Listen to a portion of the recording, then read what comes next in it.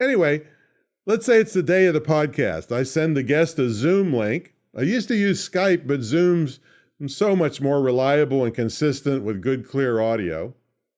I turn on my recording system. If I have too many recordings on my backup SD cards, I format them, which wipes them clean. And by the way, I have 3 recorders going for each podcast, 1 on the computer and 2 backup digital recorders. I record the podcast and then I immediately save the files and take one of the SD cards to my other computer where I do the editing. I rename it with the guest's name and I back it up again so that up to the cloud so that whatever happens, I don't lose this recording.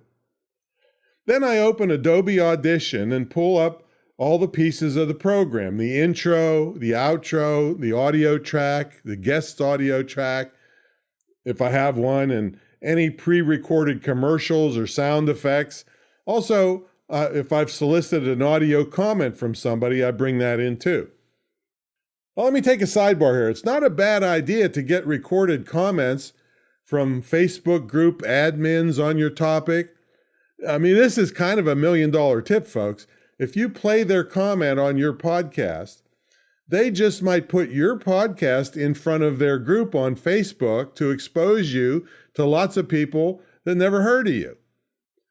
The admin's kind of bragging about themselves, but they have control over a big group of people in their Facebook group. So that's a great idea.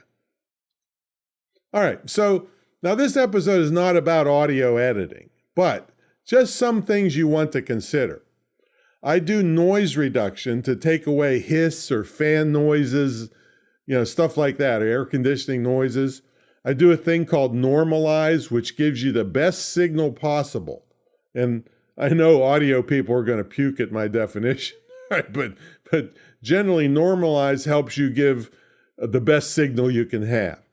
Then I try to match the